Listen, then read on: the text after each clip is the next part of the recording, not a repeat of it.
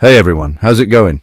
We're happy to have you join us from all over the world. If you're new here, welcome to the family. Don't forget to like and subscribe.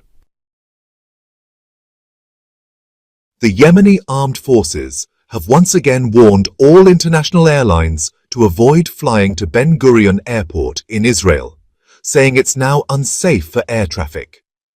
Yemen, its people, leadership and military say they will continue, by God's will and with faith in victory, to stand firm against American aggression and fulfill their moral, religious and humanitarian duties toward the oppressed Palestinian people.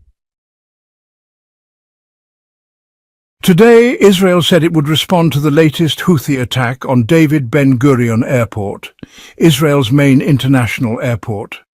Israeli Prime Minister Benjamin Netanyahu issued this threat. Let's be honest, this was a high-level operation. I personally think it involved a new hypersonic missile. Military experts are likely analyzing how this missile managed to bypass Israel's air defenses.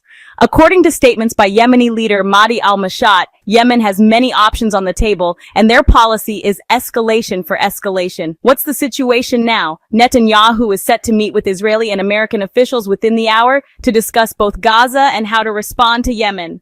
Meanwhile, several global airlines have suspended their flights to and from Tel Aviv following the missile strike on Ben Gurion Airport. The missile, reportedly fired from Yemen, caused significant damage.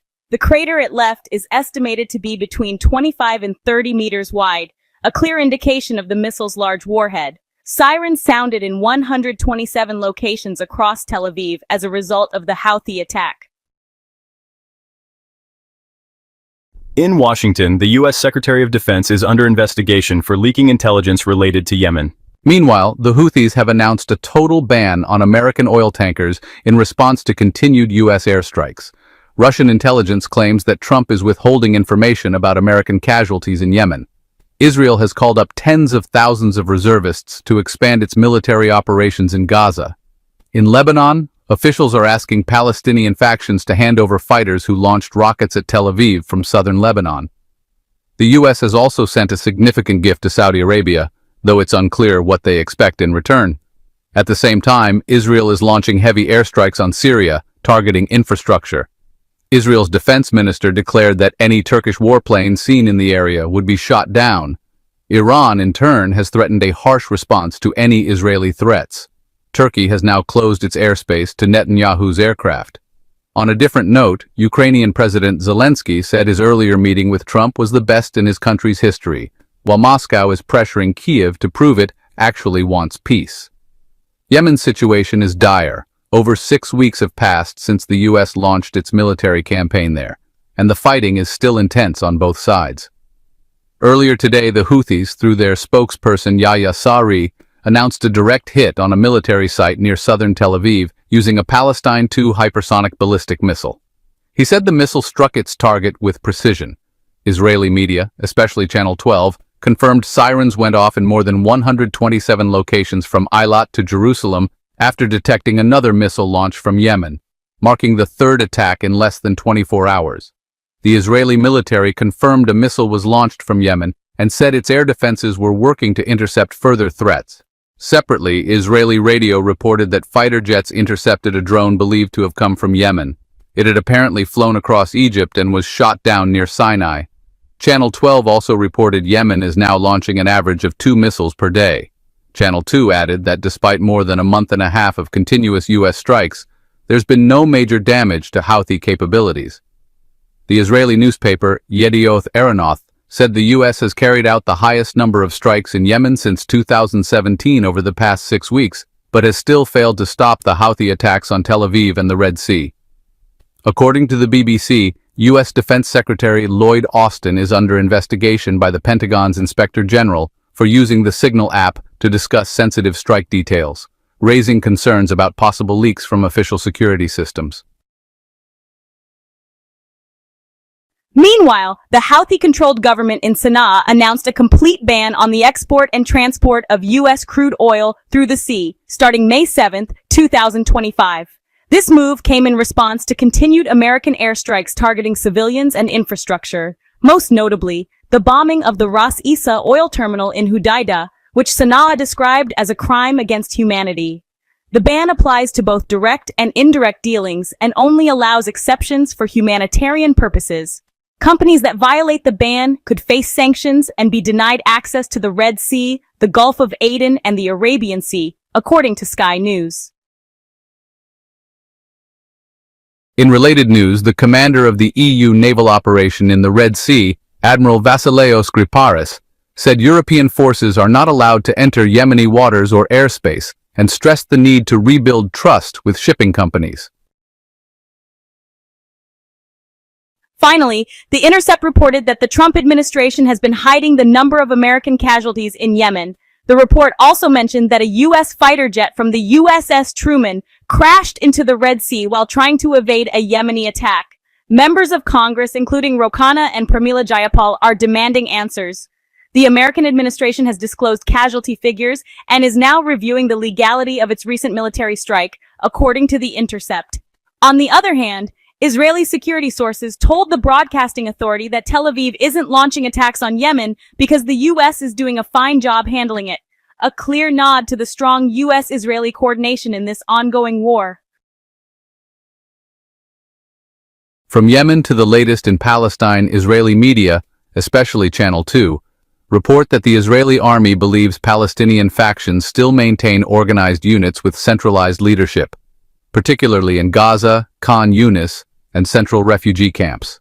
Elsewhere, they seem to rely on smaller, local units.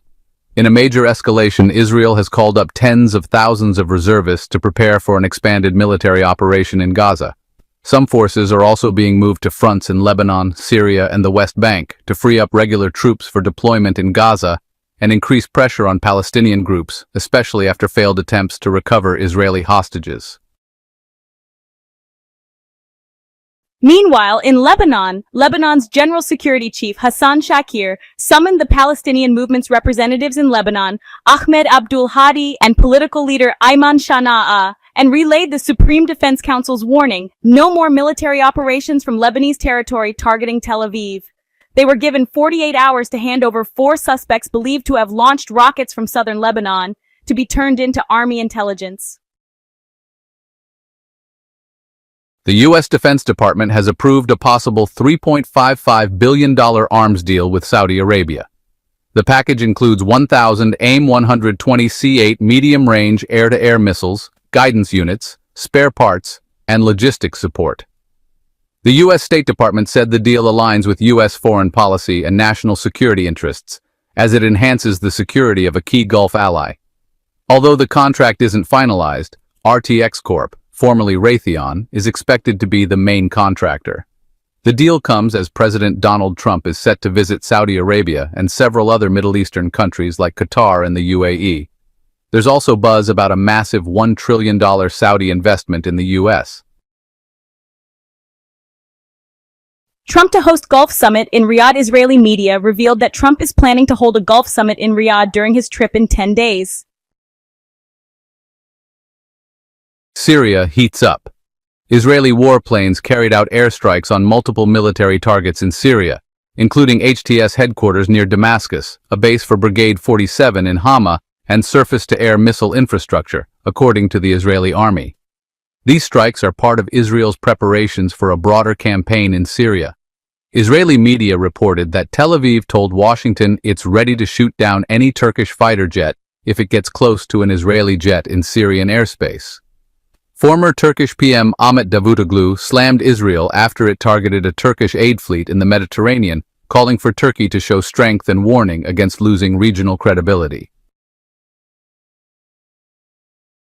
According to Hadashat Bazman, Netanyahu is trying to appease the Druze community after the Syria attacks with expected symbolic gestures. Meanwhile, Iran condemned the Israeli strikes on Syria, calling them attacks on civilian and military infrastructure and part of a plan to destroy Syria's defenses and economy.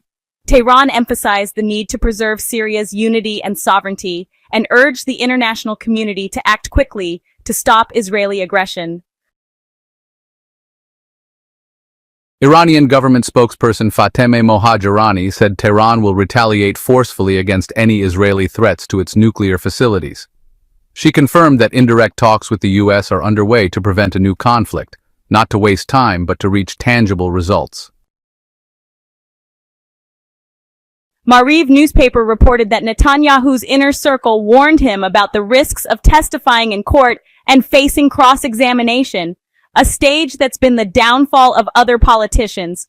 There's talk of a possible deal that would have Netanyahu exit politics in a year and a half.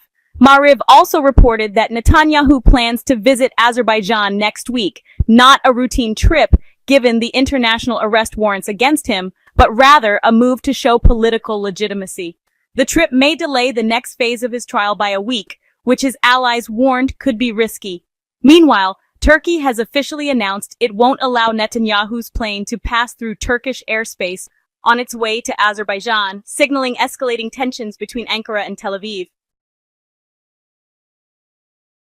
Switching to the Russia-Ukraine conflict, Zelensky seems relieved. After a recent meeting at the Vatican, Trump appears to have given him a green light to resume U.S. aid.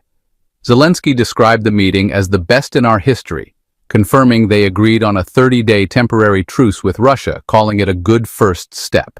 He also revealed they discussed defensive missile systems, and Trump seemed open to the idea, suggesting his view of the conflict has shifted.